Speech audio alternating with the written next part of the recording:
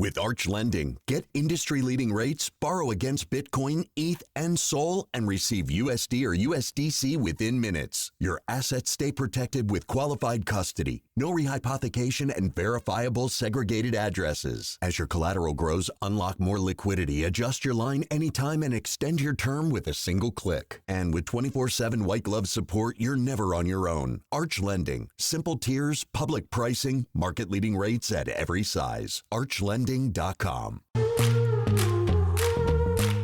Welcome to Heaving Bosoms, the podcast where two best friends recap romance novels while taking a firm stance against genital personification.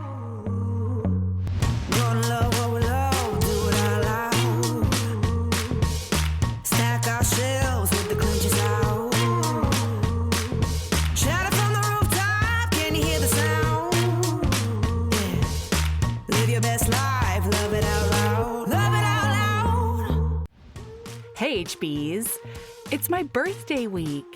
And what better way to celebrate St. Vincent and me than by recapping an excellent romance with banger dirty talk in a truly ridiculous set of episodes. Sabrina and I were on one in this recording, I'll tell you that much. Before that, though, I need to tell you about the bonus episode this week. Sabrina and I have a friend catch-up where I tell her all about the mission creep my latest project has grown into because I'm still me, and they tell me some of their nightmare dating stories. And it's a great time. That's on patreon.com/Heaving Bosoms podcast and our Apple Podcast subscription. If you want more than bonus episodes, Patreon is where you can get these episodes early and ad-free, virtual live hangs, access to our Discord community, and so much more.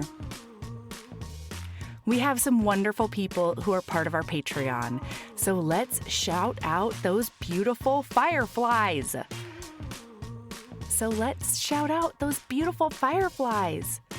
Thank you from the bottom of our hearts, Claudia S., Mary May S., Potalian, Brett C., Jordan, and Sakrish. Your support means the absolute world. All right, we're here with the correct St. Vincent Day book that we both read, and it's a very exciting day as a result. Here's part one of our recap of The GRUMP NEXT DOOR by Brighton Walsh.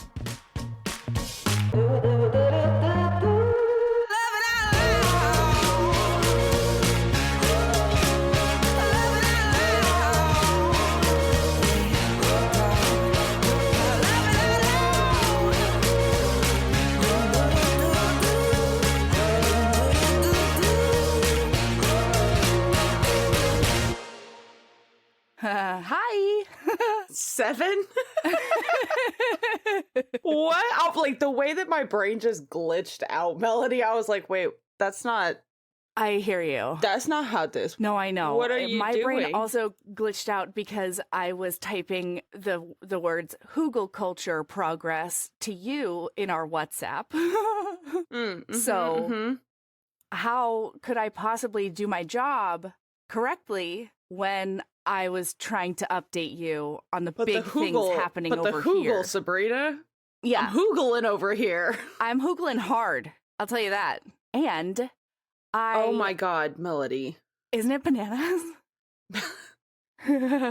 Okay, so first of all, listener, I need listener, I need you to hold for a second, okay? So we had a slate rescheduling, right?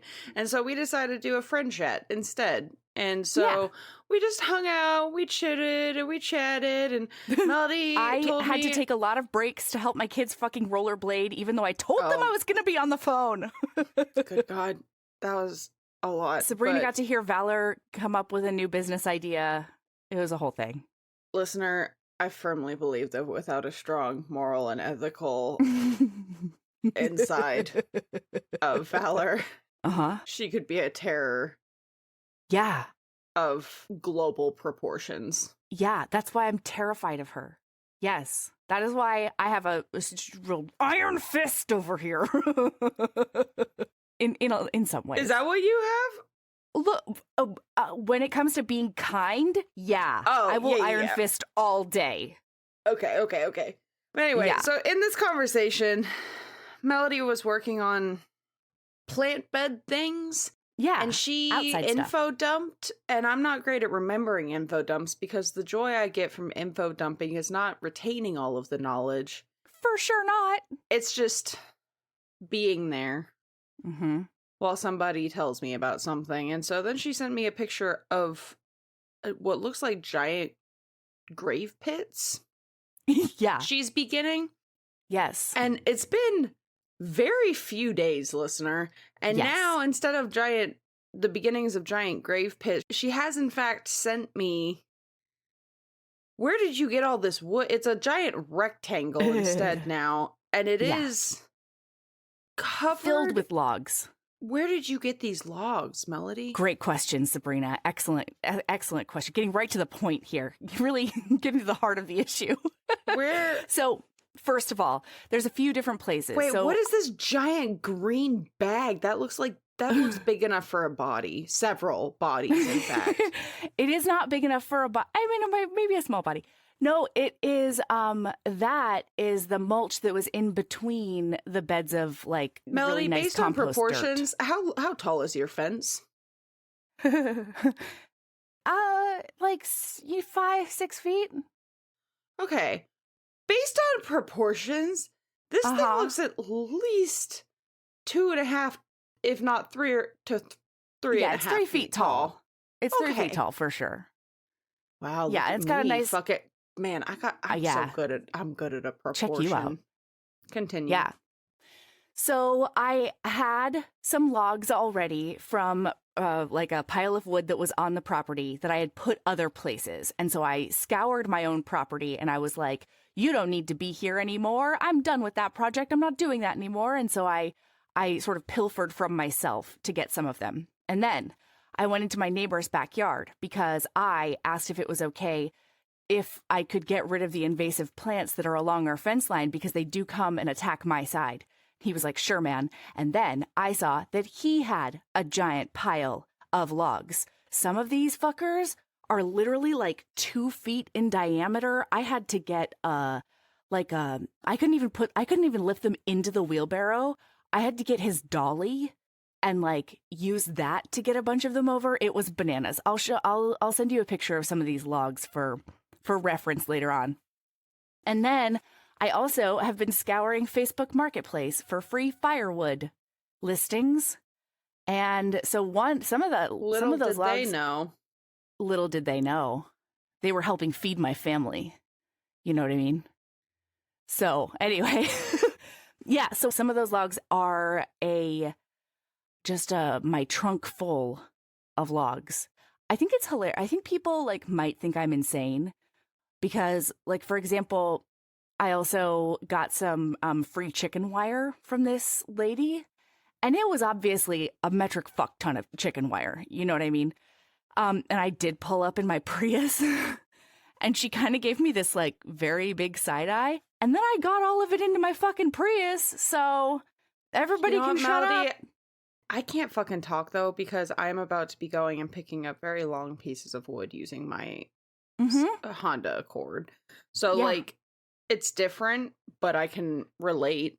Yeah, I'm going to have to go get 10-foot lengths of PVC pipe because I decided I'm going to just do the whole thing in like a hoop house that's covered in chicken wire so that no deers and no gophers and no rabbitses or anything else can get in there. So there. I like that we're both on like parallel journeys but completely different journeys, you know? Yeah, you're like putting up shelves. You're handcrafting shelves and Murphy beds. Yeah. I'm not doing anything that architectural. I did actually, Melody. You'll be so proud of me. You know how impulse control is not exactly one of either of our strong suits. Well, one of my best friends finished a gigantic cross stitch that we had originally started together. Like we were doing 20 by 20 sections. Oh, and yeah. then we wouldn't start the next one until the other person had finished the last one. And then it did take me 8 months to finish the last one. Yeah. And when I say it took me 8 months to finish the last one, it took 8 months before my best friend was like, Sabrina, You fucker. can I just continue? But And I was like, yeah, that's okay. And so they did, and they finished it yesterday, and the need to cross stitch hit me with the force of a freight train. Yeah. And I was like, I don't know where any of my cross stitching stuff is except for my works in progress. And I did get the intense urge to tear apart my entire craft room / spare room / doom room. Yes. In a desperate attempt to find all of my cross-stitching stuff. Now listen, that is the worst possible thing I could do, because as of right now, the spare room is somewhat able to still be like it's still boxified, and so like I can kind of scoot things to the edge. Like, yeah, it's I can contained. have people use that room. You want to know what would immediately make that room completely unusable for humanity? Me deboxing. You going honey badger everything. on it all? And it doesn't help that there was a queen size fitted sheet full of clean laundry, because this is another reason why I want a Murphy bed in that room, is because as long as there's a bed in that room, there's a very convenient place for me to be like, oh, I'll just throw my clean laundry on it. Yeah. I've been digging through this pile like a fucking animal for like a month. Is at least since my birthday, because my friend stayed over for my birthday, so that bed was clear then. Although I think that they're such good friends that there was in fact the beginnings of this laundry pile, and we just moved it for their visit. Anyway, it's a lot. And so I was like, I walked in all like, oh, I'm gonna do it, and then I was like, oh no, I shouldn't do this. And so instead I did finally almost put up all of that laundry, because it's all clean. That's the part that kills me, is it's clean. I've just been digging through it. Yeah. Or not digging through it and living out of the same like 3 outfits that I've been washing every 3 days. And then living out of the dryer until that's empty, and then washing again. It's a process. But I did finally put up all of my art. So do you remember how I used to have like clothesline art in my craft room on the wall? I did that down both sides of my hallway. Fun. Yeah. And so I have one side, the shorter side is like cards and like pen pal letters and all sorts of delightful things. And then the other side is book art.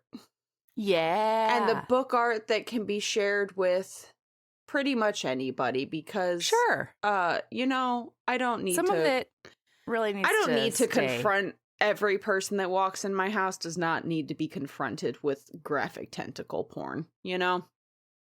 I hear that. And it used to be in my old house. There was no place to have that up without having to remember to take it down, because the only bathroom was in my bedroom in my old house. You want to know what I have now? A bedroom where that's not a problem, because I have a bathroom in the hallway. I have a dildo shelf. You can and have so an now I also have a wall of NSWF. horny art. What? There's so many penises on that wall. And almost none of them are human. Incredible. Incredible stuff. Yes. In fact, I wanted to throw out a little shout out to, I don't know if she still listens, but HB Shannon. I found a letter that she had written me. We were going to do like HB pen pals way back in the Gap, and this letter is dated March 30th of 2019. So this is long before my tenure as a co-host. And this was just from Nicole. It's just the cutest little letter, and like the envelope that it came in was adorable, and it just made me really happy to find it because it used to be on the wall there. It's just I hadn't really thought about it for a while, but it's got like, it's just super cute. The whole thing is like specially made. It's got little like HB things, and it's like a little flippy trifold letter, and it's like, oh my gosh, that's beautiful. Why I know. can't I ever do anything that artistic? Yeah, it's real pretty, and the envelope is also real pretty. And like, to give you an idea of how old this is, that letter is from the first address I lived in when I lived in Arkansas. Okay, so you have like all this art up now? Yeah, and it just makes me really happy. I'll send you a picture of it. I continue to be sad that you're not a Snapchat fiend, because everybody on Snapchat has already seen it. Although I did get told this this past weekend that my adoration, I was like, oh yeah, I mostly use Snapchat, and they went, a fuck boy. And I was like, I mean, how dare you? You're not wrong. But also, you're not wrong. You're not wrong. The point there of it is. Yeah, I just don't send my nudes unsolicited, you know? That's right. That's right. You are a conscientious fuckboy. And that's what we love about you. Actually, that's what I need you to start doing, Sabrina. I need you to reorganize your life so that when you send Snapchats out to people, you just quick pop over to the WhatsApp and just send it. You don't even have to send context. Just send the Melody, photo. Don't even fucking play with me. I am not above, before I send something on Snapchat, downloading, like saving it, and then immediately sending it to you. Please. I would love that. Okay. Okay, yeah, that's we'll actually see. kind we'll of... see how much I this won't lasts for both of consistently us. do it, but literally almost every single time I go through and like send something to like a bunch of people, I'm like, damn, I really wish Melody was in this list. So we'll just, MacGyver it to where you are in this list. It just takes a little bit of extra work, you know? Just a little bit. It's really not that hard. It's just a matter of adding it into my routine. Yeah. Anyway. I would love to be in your routine, Sabrina, in that particular way. Yeah, I was like, as if you're not already vastly part of my routine. It's fine. If you're sitting on Bitcoin, ETH, and Sol and want liquidity without dumping your stack, then Arch Lending can make it easy. You get USD or USDC in minutes. Your collateral stays in qualified custody, and they never rehypothecate your assets. As your bags move up, you can scale your credit line instantly or pull collateral back when the market runs. And if you need help, you get real humans 24/7. Arch Lending. Simple tiers, public pricing, market-leading rates at every size. ArchLending.com. Oh my God, are you ready to talk about the correct grump? Melody, I'm not only ready to talk to you about the correct grump, at some point we will probably do a Patreon on the rest of the boys. How far deep are you into this series, Sabrina? Well, listen, I'm not that deep into this series because there's a series before this. Oh boy. So, okay. I'm really excited to talk about Grump. Are you happy that we stopped and you read book? Was I correct that you loved book? Oh my God, Melody, I loved book. I would not be. That's what I thought. Yeah, no, This is a Sabrina book through and through. I finished the book and immediately downloaded the first book and the book that this series is a spin-off of. That's great. Like, I'm really excited. And, like, honestly, the first book, I'm not very far into it yet, but the other book is extremely funny so far because, boy, she is a free-spirited yoga, van-traveling, vegetarian lady. And he's a grump. Oh, this author, he's a grump. He's also the local sheriff. It's another family in town. Yeah, there's a line in this book that talks about how there is a special site for fan fiction about the sheriff. And I actually forgot that line until you just said that, but I'm assuming it's him. But there was a point in this book during my notes for like under Girls Night In. My note is literally Girls Night In. Do all of these people have books?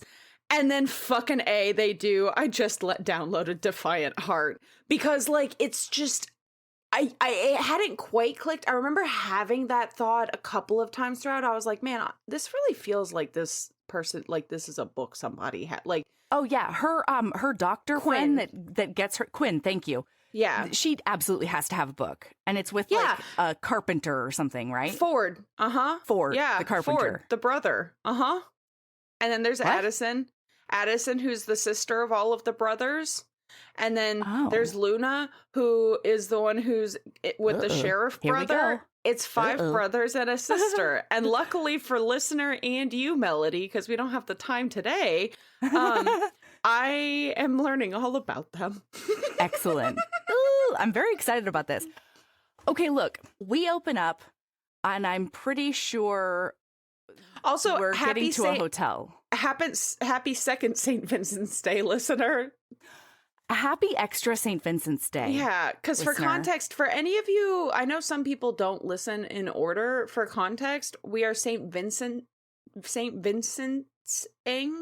again today, because last week when we came to record St. Vincent's Day, Melody and I realized for the first time that we had read completely different books, and it was 100% both of our faults, because Melody did initially send me the name and the author, and I apparently didn't pay any attention at all to the author name. But then I did send Melody a screenshot. Yeah. And she approved that she agreed, yes, that's the book. So between the two of us, we fucked the donkey. We did quite. And that was a really unforeseen consequence of putting myself into ADHD med withdrawal. Listen, there's no judgment here, Melody. No, of course not. Of course not. But yeah, so this time around, this is the Grump Next Door Electric Boogaloo. That's the one. Yeah.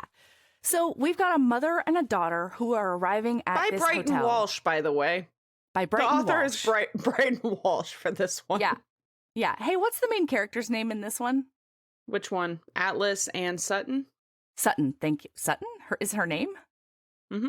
Yeah. And then Laurel is the daughter. Yes. Thank you. Yes. Okay. So Laurel and Sutton arrive You're at welcome, this yes. hotel room because they are stopping off on their drive from Atlanta to Maine, where they're moving. She's a travel nurse. They lived in Atlanta for like 3 years. Now they're moving up. And Laurel is a teenager having to leave behind all of her friends, and she's fucking pissed about it. Understandable. And so Sutton is like, okay, I'm going to give you a few minutes just to like hang by yourself and get some time away from each other. It's going to be great. I'm going to take my book down to the bar. And so that is what she does.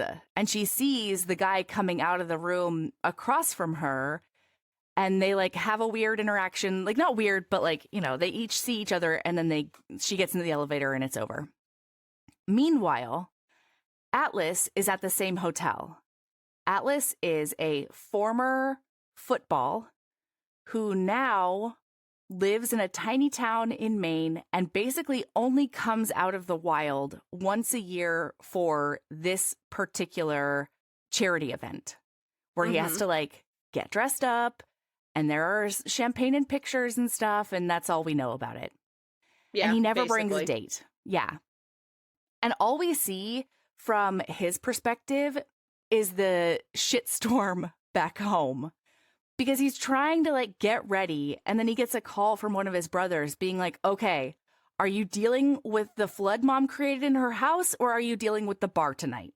Relatable content, you know, where Yeah. it's just on the outside you're a grumpy asshole, and on the inside it's for reasons, you know? Yeah, Like, he's my God, you overwhelmed. have no idea what is going on back home. Please just leave me the fuck alone.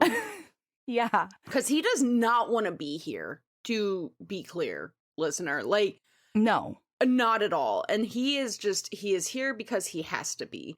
And he comes out of his room, and she comes out of, they end up meeting in the elevator. An elevator. Yeah. Yeah. Because at first when she walked out of her room and she commented on the guy across the hall, I assumed that was him. Same. And then it becomes very clear that that's not him. Because she does go down, they're in the elevator, and we have this, like, adorable little interaction. Yeah. Because it turns out he's a romance reader and listener. I'm telling you right now. And she drops her book at his feet. There is so much romance reader specific mental porn to this book. Because so it turns out he's a romance reader because his mom's a romance reader. And at one point she looks at him and she's like, read a lot of romance, do you? And he's like, define a lot. And she's like, in her head, she's like, anything more than 0 is a lot. This dude looks like a fucking GQ model. Like, what the fuck? Lumberjack GQ model, yeah. And then she's like, more than 3? And he's like, in a week? And she's like, I was thinking in a year? And he's like, then by that definition, I read a lot of romance. And, like, listener, that check gets cashed so fucking hard and so well. What a dreamboat. You know what I mean? Oh, my God. Jeez Louise. Yeah. So she's down in the bar and she's, like, she hasn't even started her book. Yes. Because, like, this dude, and relatable, this dude comes over and starts being a fucking pest and won't take no for an answer. And he's like, come home with me. Like, we're both in this hotel. We could just have a little bit of fun and we'll go back to my room. And he's the guy right across the hall from her. Bad news bears. Like, he knows where her daughter is right now. Well, yeah, so there's no way. There's no way she's going back to her room. And then Atlas, that big, sexy mountain of a man, walks into that bar area, and he looks all pissed, and she sees him, and she goes, I know what to do here. Yeah, Sutton's a genius. She's like, guys like this only respond to women being owned by other guys. So. And then, Melody, this was fascinating to me, because instead of going up and, like, putting her arm around him and being like, hey, play along, she walks up and says, play along, and then plants a big one on him. And she's, okay, look, listener, she's teensy-tiny, okay? She's so small, and he's so big, okay? He's like he literally is 6'6". Yes. And so she has to, like, reach up, and that's why, like, consent is implied, because she doesn't actually talk to him about it, but he has to come down like 3 stories in order to get to her mouth. And she pulls him down. And then he pulls her up off the floor. Oh my God, he picks her up. Always picks her up by her ass. There is not a time in this book that he picks her up. Her ass. By anything but her ass. By her ass. I really like the way you said ass there. Ass. Scandalized. Golly. Are you? I don't know. So they have this, like, life-shattering kiss, and she makes the comment that kissing a stranger should not feel like coming home. Yeah. Which was a lot, but then she immediately retcons that into, I mean, not really coming home so much as, like, burning down the building, but that's fine. Because it's a hot kiss, and then they pull back, and he says to her, "You're trouble, aren't you?" And thus begins her nickname, listener, because the entire book is him calling her Trouble, and it's real fun. Oh my God. And then she says, well, that's kind of, I'm in trouble. And he literally goes, who is he? I'll kill him. Like right then. 0 to a life sentence immediately. Who is he? I'll kill him. Because he's a protect. He's a big protect. He's going to do a big protect on you in like the most respectful way.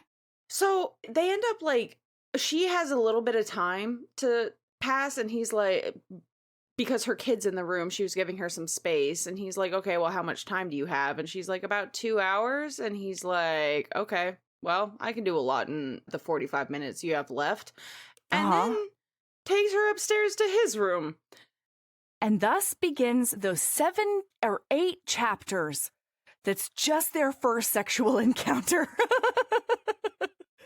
Sure, Melody. Maybe 15 chapters of just that one night of hot hey, sex listener. in which he goes down on her no listener. less than 4,000 times. Okay? Listener, I don't want you going into this book if you read it with unrealistic expectations. Melody is, in fact, practicing a little bit of Melody fanfic live on Pod I don't know right what now. I don't know what Sabrina's talking about. No, it's most definitely all of that and more, and a bag of chips. And, and he's got a monster cock on a mortal man. It's just that he's 6'6" and proportional, and she's tiny. She's teensy. She can be picked up by her ass, you know? I mean, never in my life. I've been picked up by my ass. Really? Yeah. I haven't been picked up and fucked at a complete standstill by my ass. Yeah. It's a whole different thing. I'm also not teensy tiny, but I have been picked up by my ass recently. Right. Ooh. It's just not as common, and it's not quite how it works in romance novels when there's a pretty significant size differential, you know? Yeah. Because even a 6'6" guy picking up my 5'10" ass, that's a whole different ballgame than a 6'6" guy picking up a 5'2" ass, you know? Uh-huh. Oh, most definitely. Yeah. I know you can relate, Melody. Yeah. I know. So anyway, literally 900 pages of just this one sexual encounter, and you get it from both of their perspectives. It's very hot. He starts doing this like your pussy's a good girl kind of a situation. Listener, the dirty talk in this book is blush worthy. It's real intense. He introduces the traffic light system for like if he gets too intense, which also cha-ching later on. And it's so good. There's also like some like light kink involved because like he is definitely brat taming. She's a brat and he's brat taming her, and there's like orgasm control and like overstimulation involved, and it's real cool. Like there's also where she accidentally throws the gauntlet because he goes down on her and she comes and he's like, all right, are you ready? And she's like, I am pretty much done. And he's like, oh no. And he starts going down on her again. And she's like, all right, see if you can make me come again. And then 8 orgasms later, they have had sex. 8 orgasms. I have that in my notes that it's 8 orgasms because in the description that you had sent, it's like, a man who builds a library gives her 10 orgasms in one night, blah, blah, blah, blah, blah. And I was like, oh, they must have gotten the number wrong. Listener, they did not, in fact, get the number wrong. Nope. There is a different scene where she does end up with 10 orgasms. Yeah. Yeah. And then we cruise on. They have a great time. It's the end. They end up, going their separate ways after about an hour. Yeah, the agreement is we are strangers in a strange land. We're going to spend this 45 minutes together, getting real hot and sweaty. And then we're going to walk away. I'm going to go back to my daughter, and we're never going to see each other again. Yeah, and then Melody, we do zippy zap to the next day where she and her daughter Laurel, because she's 32, she had her kid at 16, Laurel is 16, and they're driving. They're in the car, and they're driving to wherever the fuck, Maine. Small town Maine. And wow, you weren't kidding when you said there is a shocking amount of parallels between my grump and our grump. Yeah. Because they see a goat, and it is mentioned a couple of times that this is a town that just has goats on the road. And I was like, do they live in the same town? They might. Because like they can't, because my book is set in New York. Allegedly. And their book is set in Maine. But like those are basically the same place to me who's never lived in the Northeast, right? Like all of those tiny states are basically one place in my brain. I know that that's not accurate. Except that New York and Maine are both giant. Melody, Not compared to California. I'm from California, right. And I live next to Texas. Yeah, you're right. You're right. I've driven across Texas 3 times. Oh my God. I'm telling you right now, different things. You're like, they're big states. Go fuck yourself. Okay, New Jersey, go fuck yourself. Yeah.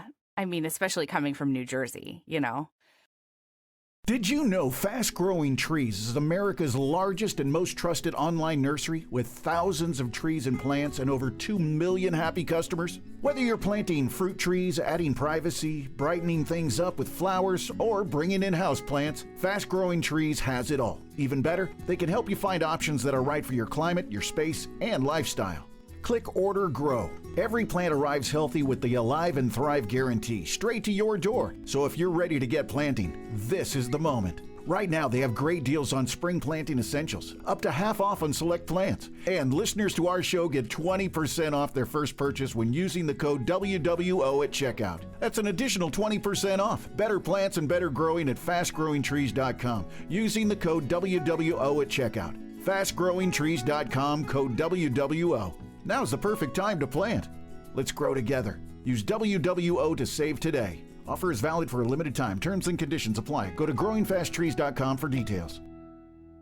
With Arch Lending, get industry-leading rates, borrow against Bitcoin, ETH, and Sol, and receive USD or USDC within minutes. Your assets stay protected with qualified custody, no rehypothecation, and verifiable segregated addresses. As your collateral grows, unlock more liquidity, adjust your line anytime, and extend your term with a single click. And with 24/7 white glove support, you're never on your own. Arch Lending. Simple tiers, public pricing, market-leading rates at every size. ArchLending.com. So they're driving up and she has had no contact with her landlord whatsoever because the friend that she got this job with, her friend is a doctor she went to college with and she runs a clinic in town. So the plan is to travel nurse here for a minimum of 6 months and then kind of see where things go from there. And because this town is so microscopic, there are no rentals, period, the end. And so Quinn, her friend, set her up at like this guy's like mother-in-law, basically, cottage. I will say, after being 10% into the first book of the series this is spun off of, yeah, I'm very curious. Like, I'm curious to see how it works out to where there's no rentals in this town. Because the first book of this original series, the whole plot of it is, in fact, their struggling 19 bungalow resort stay, whatever the fuck kind of place. And, like, the way that all of these people are buddy, Quinn's brother literally is part of the family that owns that place. And because it's such a big plot point, there's no way it goes under in book 1. You know what I mean? Yeah. And Like Quinn, I mean, I think they meant long-term rentals, not like... I feel like they could work it out to where one bungalow is allowed to be used for 6 months. So do you think Quinn knew what she was doing? Not at all. Okay. I love Quinn, but I have a strong suspicion that when I get to Quinn's book, I'm really going to see just how slightly absent-minded she is, unless it is a laser focus. Yeah, because that's the vibe I get from Quinn. Like if she has a plan, then she's laser focused, but everything else is just gravy, and she doesn't necessarily pay a huge amount of attention to it. Sure. But yeah, so just like a weird amount of whatever, and so she finally gets to where she's going to be staying, and then she drives up the creepy driveway. And then they get to the cottage and she's like, I need to go knock because the landlord hasn't come out yet. And mind you, listener, for context, we just had a huge scene learning all about the fucking stalkers that Atlas has had since he's been during, a football player. Yeah. And post being a football player. And so he is in a state, we'll call it. You know? Yeah. Because he's just been reminded of all like the weird fan mail that still gets sent to his mom's library. Because they found out that she works at that small town library. Yeah. And that's creepy as fuck. Like, that Yeah. is. Absolutely. Hey, listener, don't send panties to your real person crush's mom at the library. Not okay. That's fucking weird. In fact, No. don't go looking for this celebrity crush's mom. Right. That's not how. That's the first bridge too far. Yeah. The minute Of the several involved in this honestly, scheme. the minute you start looking for the home address of your celebrity crush, that's your first sign Yes. that it's time to stop. We got to veer off that path. If you make it to the point that you're sending panties to your celebrity crush's mom, Mhm. I can't Okay. help you, and you'll have to answer to God. I don't think there's anything anybody on this mortal plane can do to help you at that point. Yeah, I don't think so either. Yeah. Yeah, and so he's really freaked out. And he's also, like, he's on zero sleep because he did fuck that woman senseless for a while. And then he basically, like, stayed up all night thinking about her, you know? And then he got up super early to drive home. He found out about his mom's catastrophic plumbing situation that she kind of created because she decided to YouTube her way to success. Listen, And, like, how dare they call me out like that? There are a couple of things that I'm not doing via YouTube.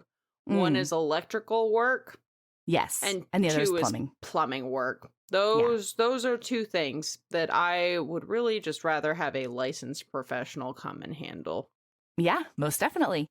I say that though, but I have definitely replaced pipes under my sink before, so I guess that's not entirely accurate. Yeah, maybe. Maybe. Mhm. We fucked with the spout of our bathtub a bit, A bit. and even that didn't work out very well. Mm. Now, all the time, if you turn on the tub water, a little bit of shower water comes out. It just like tinkle, tinkle, tinkle, tinkle, tinkle. Like continuously? Yeah. Yeah. We got the wrong size of the puller upper thingy. And then we were like, fuck it. We don't care. Melody, I love you. How many bathrooms are in your house? 2. Mm-hmm. But the other one is only used during the day when we're downstairs. You know, we don't shower fair. there really. Every once in a while, though, if I know I'm going to have a particularly sweaty and late recording, I will bring towels down to our downstairs bathroom and shower there so that I don't wake Michael up. But it's That's few very and far thoughtful between. of you. Oh, thanks. Every once in a while, you know? Mm-hmm. So she knocks on this door, and he's super grumpy already, and he opens the door already to be like, the fuck does anybody want from me? The first words out of this man's mouth are you a stalker? Yeah, are you stalking me? Boy, And she's like, listener, if there's one thing we learn real fast about Sutton, is that she's got a temper on her. She's not gonna fuck around. Nope. Our Sutton? Because she's like, go fuck yourself. I'm Yeah. exhausted after moving all day. I just want the fucking key to the cottage. Like, in what world is your dick special enough for me to stalk you here? She says, I could walk down Main Street and replace you immediately. She very Inside much to the her- left's him. I mean, inside of her brain, though, she is thinking to herself, like, that's not accurate. It's None not of even this is close accurate. to true. Yeah, That was a but good penis. it's the principle of the thing. And then I loved this because instead of sort of deferring to him at all, she immediately sets up an equal power dynamic because she doesn't acknowledge him as her landlord. Instead, she says, all right, see you later, neighbor, and then fucks off. Mhm. And I really liked it. And so they get all moved in. He's very grumpy because she's not asking the big, strong man to help with anything, even like the giant bookshelf that she has to use a desk roller chair to get into the house. I mean, all of these schemes that Sutton comes up with, It's I very felt melody very coded. seen. It's extremely melody coded. Sutton Yeah. is very melody coded, yeah. I can build this greenhouse by myself.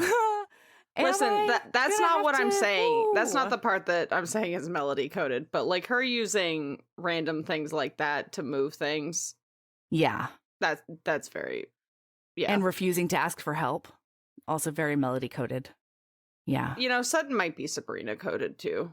Oh, Are we the same person, Melody? I think Maybe. we're a little bit of the same person. Anyway. In some ways. So they end up moving in, and then we have like her meeting up with her buddy Quinn, and that's when we meet Quinn in person. That's who got her this job, and we see all of this back and forth. And Quinn's Quinn makes accidentally tells her about Atlas's history with being stalked. So during that catch up, she's like, "Oh, okay, I understand his response a little bit more, but he's an asshole." Yeah, absolutely. And then she finds out that one of the parts of her job is going to be working at the school where Atlas is the head football coach. She gets the heads up that she will be working with that. Listener, he does not get the same heads up that he will be working with her. Because she capitalizes on it. It's not even... Yeah, she really does. Because he shows up to work that day, and he's been successfully avoiding his hot one-night stand tenant, and then does, in fact, walk into his football practice, and nobody's there.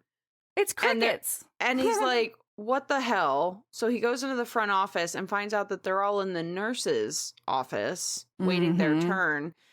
This is when he finds out that, because he walks into the office and he's like, what the fuck are you doing here? Get on the field, you dumb shits. And she walks out and she's like, nobody's playing until I give them the all clear. They're overdue for this. And he sees her and he's like, dumb. I don't know. What do I do here? And then it turns out they call him, he tells one of them, don't say asshole in front of the lady. And she's like, you've said a lot worse than asshole. I literally heard you. In the last 3 minutes. Don't play with me, kids. buddy. Yeah. Come on. Yeah. And that's how he finds out that they're going to be working together at least once a week. And then we get a series of events where, of course, this small town has every festival possible, at least once a month. And so she ends up bringing Laurel to this festival that then most of the adults are hanging out at this bar. Hey, very, very importantly, before all of this, the cat distribution system gets him, and he does end up with a kitten. Oh, yeah. And this is just very important because, it's like a slight subplot throughout the book, but the cat names, the puns involved in these cat names is incredible. And the way that it brings Laurel into his orbit, too. I really liked the dynamic. It was so funny because when he finds the kitten, he goes and knocks on the door and she just doesn't answer at all. And he's like, can you not hear me? And she's like, you're a strange man knocking on the door. I'm not answering the door. And he's like, I'm a coach at your school. I'm your landlord. All of these things. And I'm like, Laurel's doing the right thing, buddy. We don't know shit about you. Man, Laurel, I could never be Laurel, especially when I was a teenager. But I have so much respect for Laurel. I have so much respect for her. The minute he started using all of those words, I would have, before he wouldn't have had to get that far to convince me to open the door, because I would have felt like I was going to get in trouble. Yeah. I would have been apologizing for taking so long as I ran from the couch to the front door. Well, and I kind of liked this because there was a subtle undertone of weaponized incompetence to all of this that neither Laurel nor Sutton fell for whatsoever. Because he brings this cat to the door to be like, do you have any pets? I.e., please take this from me and fall in love with it so I never have to see it again. And you figure out what to do with it during this rainstorm. And Laurel's like, oh no, the cat distribution system chose you. And we don't have any pets. And also I'm not interested at all. But cute kitten, why don't you take your kitten home? And then Sutton comes up from behind because she's just gotten dinner or something like that. And she falls for it a little bit.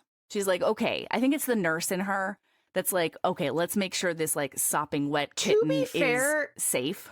You mentioned this intentional, whatchamacallit, what's the words? I can't think of it off the top of my head. You literally weaponized incompetence? Yeah. That's not how I took this at all. I literally think this man has no idea what to do with a sick kitten. Kitten wasn't sick. Kitten was definitely on the verge of being sick. Kitten was of the road. wet and found in the middle of the road. I would be concerned of his. I thought that he went to go find her because she's a nurse, and she might have some. Too. Yeah, so that's the way I took it. Is he's like, this kitten might die, and he's just being a catastrophic little king, you know? Yeah. I think he's a worrier. Is what this is. One of the signs of him being a worrier, and so it's important that he is seen worrying about this kitten that he doesn't. Yeah, because he's a worrier and he's a natural caretaker. Mm-hmm. And that is his role for his entire family too. His mom and his 2 brothers. Natural caretaker, or is it a trauma response? Right, yeah. This might be a trauma response, Melody. Okay. I think you make an excellent point. So ends up with this cat, and then she's like in town for this festival. She's going to go into the bar. It's an adult book fair / ice cream social, which sounds so up my alley. It's not. As somebody who loves an adult book and as somebody who loves an ice cream, this really is just the best of both worlds. Not to mention the geriatric purveyor of sex toys. Listener? Mabel. I don't know if you know this, listener. I love an old person. Oh my God. Mabel is fucking, I'm so excited. She's already shown up extensively in the book that I've started. Oh, because Quinn, you're not reading Quinn's book. No, I am 10% into the book, and there is an entire scene where Mabel is there very concerned about her Facebook Live viewers trying to get the news. Mabel is truly a delight and a menace, and I love her with every fiber of my being.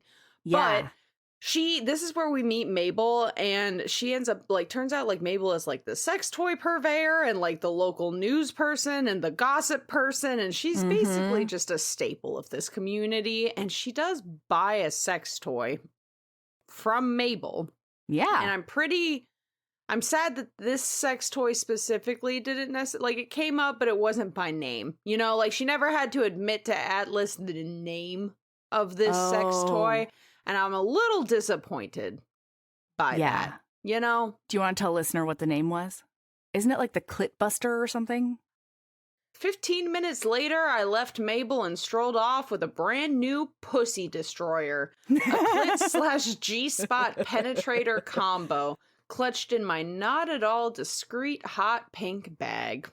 Yeah. And I think my favorite part of this entire thing is that when she meets Mabel, she walks up and she says, "So you really do sell sex toys at any town event?" And Mabel hushes her out and she says, "These are personal massagers." But then she leans in close to Sutton and is like, "The personal massagers bit is to appease the fuddy-duddies on the town council. But yes, they're sex toys, and I'm happy to help you with whatever you need. I'm Mabel, by the way, and you must be Sutton." Because this is a small-ass town. Everybody knows that she's the new gal. Yeah. So she's walking from there over to the bar because that's where she heard all the cool adults are hanging out. And she hears her name called behind her. So she turns around and her ex-boyfriend from... That comes way later. Oh, really? Oh, I'm sorry. No, you're fine. What happens now? She ends up at One Night Stands, which is a hilarious name for a bar, which is owned by AYAss and all of his brothers. Yes. And she ends up meeting Lincoln, which is one of AYAss's brothers for the first time. He's book 3. Who's book 2? Xander, the one that's not here. Oh my, I was not prepared for that. It was real hard to go back to the beginning of the original series instead of immediately launching into Xander's book at the end of this. I'm actually impressed. I'm broken, Melody. Y'all, Xander shows up with a secret baby at the end of this book. Yep. So. Yeah. Did you know Fast Growing Trees is America's largest and most trusted online nursery with thousands of trees and plants and over 2 million happy customers? Whether you're planting fruit trees, adding privacy, brightening things up with flowers, or bringing in houseplants, Fast Growing Trees has it all. Even better, they can help you find options that are right for your climate, your space, and lifestyle. Click Order Grow. Every plant arrives healthy with the Alive and Thrive guarantee straight to your door. So if you're ready to get planting, this is the moment. Right now, they have great deals on spring planting essentials, up to half off on select plants. And listeners to our show get 20% off their first purchase when using the code WWO at checkout. That's an additional 20% off. Better plants and better growing at fastgrowingtrees.com using the code WWO at checkout. Fastgrowingtrees.com, code WWO. Now's the perfect time to plant. Let's grow together. Use WWO to save today. Offer is valid for a limited time. Terms and conditions apply. Go to growingfasttrees.com for details. So we end up like zippy zapping, and we have this whole scene of her seeing Atlas swimming after she gets a text message from her ex, who was weird and creepy and put tracking on her and her daughter's phones and like just Not some cool. fucking banana shit. And he's like basically like, hey, we should set up a weekend so we can hang out. I still have your favorite pillow. I can get that back to you. And she's like, I would literally sleep on rocks before I got that pillow back from that man. I don't care if that pillow is worth $3 million. I will never see it again voluntarily. Yeah, exactly. No way. And so they have this like back and forth because he's swimming, and we have this back and forth where we end up learning that he really does read romance novels. Because he's basically like, he sees her trying to read her book, and he's like, have you gotten to chapter 25 yet? And she's like, what? No. And he's like, oh, you're gonna like chapter 25. Sir, what the fuck does that mean? Let me tell you, Melody, I do not have the self-control not to immediately skip to chapter 25 in that instance. No. Yeah. I would have to. I would have to know. Yeah, and then I would probably jump into that pool and have better than pond scum as lube sex, because at least it's in a clean pool. Okay, we'll agree to disagree. But anyway. You would rather pond scum as lube? I'm not doing sex? either. I am not doing either. Melody, you have to choose one. It is either in the pond or in Atlas's pool. All right, it's the pool, but that's like, at least pond scum gives you a tiny bit of like slipperiness. Stop it. You There's absolute no slippery in a chlorine bastard. Pool. Nothing you slips or slides. Rat bastard. You're the one who brought this up, not me. I sure fucking did, but I'm agonized that. Have you just awful. All of it's awful. I hate that I took us down this path. I love it. So then we see him at the bar with his brothers, and they're like, well, this is like the scene where we really find out what's going on with his dad, right? Yeah. We learn, we don't have all of the details, but we know they have this bar because of their dad, and he, to an extent, feels trapped in Schmirgelberg, Maine. Yes. Because he takes care of the family, he takes care of the siblings, he takes care of everything, and this is the only thing left of his father. Yeah, and he wants to keep them together. Like, that is the one goal in his life, no matter what else happens. He wants to keep the brothers together close to the mom. And so Lincoln mostly runs this bar, but every once in a while, Atlas will, show up. Hey, what's up with Declan and the hot librarian, Melody? What's happening with Declan? What's the deal with him? I need to know what's happening in book 4. I just have a lot of questions. It's not out yet. When does it come out? I don't know. Well, the next thing is her ex showing up from Atlanta with her pillow. Yeah. So you do that while I do other important things. Okay. So it's another festival. She takes Laurel to it, and she's really heartened to see that there's a girl Laurel's age, Cammie, who is like, oh my gosh, Laurel, and comes over and invites her to hang out and all the things, because she is starting to really like this place. She loves the pace of her job. She loves working with her friend and being able to stay more connected with her friend. She loves like the general like aura of the town, and seeing Laurel kind of thrive here is really the ideal, because she's already thinking like, this might be more than 6 months. This might work out for like a much longer time. Maybe Laurel can like graduate from high school here. The tentative date, by the way, is May 7th of this year. Oh, okay, great. That's much faster than I thought it would be. That's great. Yeah, especially because the most recent book came out not that long ago. Yeah. So yeah, she's walking over to the bar, and they've already had a couple of encounters where Atlas has been like kind of a dickbag to her in public, and she's called him out for it in public. And she keeps on saying, like, you don't even like me. And he never corrects her, but he's always like, what a weird conclusion she's come to, that I don't like her. Oh my God, I'm not going to correct her or anything, but it's fine. Classic grump. Yes. And so she goes over and she's walking toward the bar, and then from behind her, her name is called. And so she turns around, and that ex from Atlanta is standing in front of her. And she's like, what the fuck? What? How do you even know I live here? And he's like, your landlord told me some things. And she's like, how did you know I was going to be here? And he's like, oh, lucky guess. Meanwhile, this man actually put tracking apps on both her and Laurel's phones. And now she's like second guessing. Did I delete all of that? I don't know. And so she's like, hey, bud, this is not okay. This is incredibly creepy. I am not interested in seeing you again, and I need you to disappear. And then she basically runs into the bar because she's going to meet Quinn there anyway.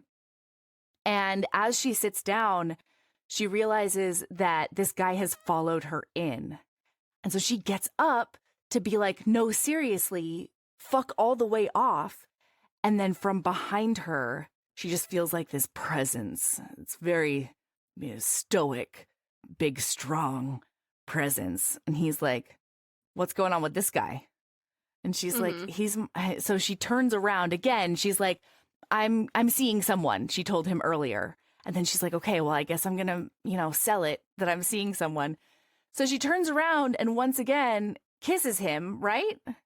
Yeah, it's a she's mine situation. He's the one who prompts the kiss because she basically is talking him down. Yeah. She's talking him down, and then he basically pulls a big ol' she's mine, and then just grabs her by her ass. AYAss. And her ass. And gives her a whole smoochy times, and then in front of God and everyone and Mabel's Doug goldfish. Fucks off. And he does take her into the office to calm down. And let me tell you, they're bad at calming down because they do end up having fully penetrative sex without a condom. And he does come in her. Yeah. And I have too many quotes to function from that scene. Oh my God. There's a lot all of the like sex breathing scenes. and like he's like gonna push her his cum back into her and stuff. Like there's a bunch of that. It's pretty hot. Yeah. Okay. I have one complaint about this book. I think it's a pet peeve that might only be for me, but maybe someone out there will feel seen. I enjoy when he talks about like her pussy needing things. Okay. Mostly his big giant monster cock on a mortal man. However, I do not like it when people pronoun genitals. I don't like it. I don't like it. I was able to whimsy pretty hard on it. You can personify it a little bit, but the moment you get into pronoun, you're talking about a separate entity from me. Yeah, so my issue is like, it's the minute the pussy becomes its own she character, you know? Like, it's fine to be like, oh yeah, this pussy's so good, or like, what does this pussy need? But then, but she's weeping for me, sir. Yeah, I'm gonna need you to back the fuck off. It's weeping, okay? All right? It is. She's not a she. I am the she. Okay? Stop personifying my pussy. It's just, it's an extension of me. I clocked it, but it wasn't hard to just... No, totally. But I do just need it noted for the record. Don't pronoun genitals, everybody. Okay? I don't like it. That's my PSA for today. Anyway, yeah, like it's so obvious to everyone that they have gone into that office to fuck. And everyone has seen this like big public display of affection. And now he's like, oh my God. He basically pulls out of her and then goes, where's Laurel? And she's like, oh, okay. That's I don't weird. know. This is weird timing, bud. Yeah, we just, like, you're barely out of me. And he's like, I just want to make sure that she's safe and that Doug doesn't know where she is. And she's like, Hey, okay, buddy, all right, that's nice. Hey, buddy, All right. I'm literally dripping your cum Right? onto your desk. Like, and actually, I don't know that it is his desk. This seems like It's a Lincoln's shared desk. or at the very most, it is a shared desk. At the least, it's Lincoln's desk. Yeah. Like, what are you doing? This isn't, but whatever. I don't care at all, actually. And you know what? I don't think Lincoln does either, because he does enjoy when his brother's in a good mood. Anyway, so we do, and he does end up being like, all right, I'm moving you into my house. And she's like, no, you're the fuck not. And he's like, the deadbolt here sucks. And she's like, okay, landlord, like, do something about it then. And fucks off. He does. Mm-hmm. He leaves for a while, okay? And we find out afterwards it's because he's not only going to the hardware store, but he's also interrogating every single person in town and then chasing Doug around with a chainsaw. And that's true. Hurricane Atlas is here to find a man. I was very relieved that Doug ended up not being a non-issue. Same. a non-issue. I'm glad he was here because I think it was a good point of the book for this to be happening, right? Yeah. But I'm glad that he wasn't like our final boss. Agreed. Yeah. No, past trauma is our final boss. Mm-hmm, You know, the unhealed wounds of young adulthood yeah is our final boss. Mm-hmm. Yeah, and so then we have like a shit stirrer moment where his brothers in a text message chain with him and his mom do in fact, like, his mom finds out that Atlas supposedly has a girlfriend because reminder listener, he does in fact attack her face and grab her ass in front of the entire town. And so now it's gotten back. Wait, I just want to really quick make sure they know that it's not completely Melody fanfic that he did chase that man around with a chainsaw. He didn't actually do that, but that is the story that gets back to his mom because he was so serious about finding this man that the story grew and grew and grew until Mabel invented a chainsaw. And that's just how it is. Yes. And so we do end up having like this whole thing where he shows up to her and he's like, listen, my mom knows about what's going, like, heard about the thing at One Night Stand. So the only quality solution to this is obviously fake dating. Yeah, I want to fake date you. And here's the deal. I am so committed to this that I will waive your rent for the rest of the time you're here. And she's like, holy nest egg, Batman. Like, that could be life-changing. And then she's like, I'm not lying to Laurel. Yes. I am not lying to Laurel about this. And he's like, well, she can be in on it. And then when they do talk to Laurel about it, Laurel's like, okay, what's in it for me? And he's like, what do you want? And she's like, this trip to Paris. And he's like, done. As long as your mom says yes, done. I love Laurel. Never would it have occurred to me. As a teenager, I would have been like, our rent is being paid? Incredible. We're not going to be evicted? Yeah. That's enough. But Laurel pulling out the what's in it for me? That's not just a roof over her head? I was like, what a queen. Jesus. I don't think I'm even capable of that now. Yeah, look out, corporate world. It would never even cross my mind. No. To be like, what's in it for me? I'd be like, well, obviously the rent is in it for me. I also live here. What an awesome deal. As somebody currently trying to unload a house, like, paid living? Oh, bet. That's awesome. Thank you. But no, Laurel is too cool for every school. She immediately knows that she can capitalize on this situation, and she gets herself a trip to Paris. This is incredible. Yeah. Meanwhile, Sutton's already been thinking that, like, this rent could be part the trip of sending to Paris. Sending Laurel to Paris. And then she comes out of the woodwork to be like, Mom, don't worry. I'm the best negotiator in the world. Well, because, like, she doesn't even know that her mom knows about the trip to Paris. No. It's a whole thing. It was just a really delightful little moment I loved in the it. book. I wish I was Laurel. You know what? I'd be in a much different place in my life right now, I think, if I was like Laurel at 16. For sure. Yeah, absolutely. You know who might be a Laurel? Valor. Valor Chen. Mhm. Valor might be a Laurel. That was my thought. I did think that when I was reading this book. I was like, She's terrifying. damn. Valor, I think, Absolutely terrifying. is a Laurel, especially with the sass factor. You know, Oh, like I know. it's a young sass factor that Valor has, but like I don't think it's going away. I think it's only gonna grow with her. You know. Yeah. Yep. And that's good luck, just Melody. my life path. Mhm. Is what it is. I think that she'll have a blast when y'all come and visit, and she gets to pull down the Murphy bed. Oh yeah. I can't wait to meet her. So Oh my god. So one of the things that they agreed on, they had like a whole set of things that they agreed on for the fake dating situation. Like no kissing behind doors. Listener, spoiler alert, that lasts all of 10 pages. Maybe. Yeah. And then a couple of other miscellaneous things, like she has to go to the homecoming game and wear his jersey with his name and number. And my first thought was like, do coaches have a number? Or is it his number from when he did the football? Yeah, did they know. retire his high school number? Or Listen.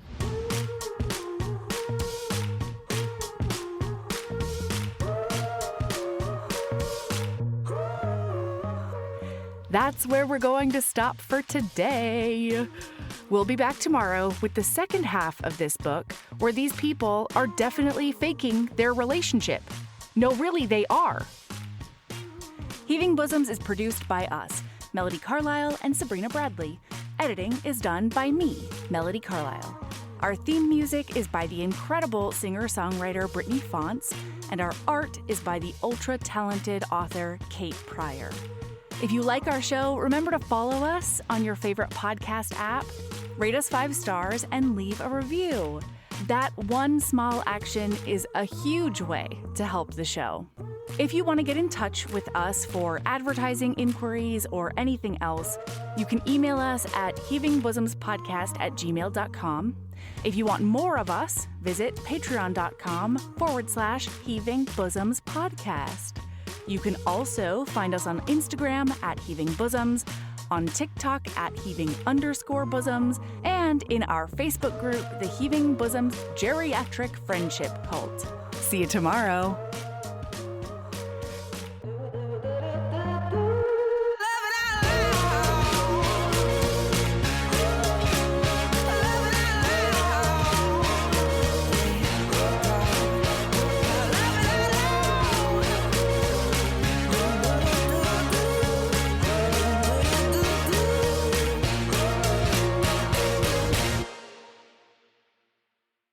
Did you know Fast Growing Trees is America's largest and most trusted online nursery with thousands of trees and plants and over 2 million happy customers? Whether you're planting fruit trees, adding privacy, brightening things up with flowers, or bringing in houseplants, Fast Growing Trees has it all. Even better, they can help you find options that are right for your climate, your space, and lifestyle.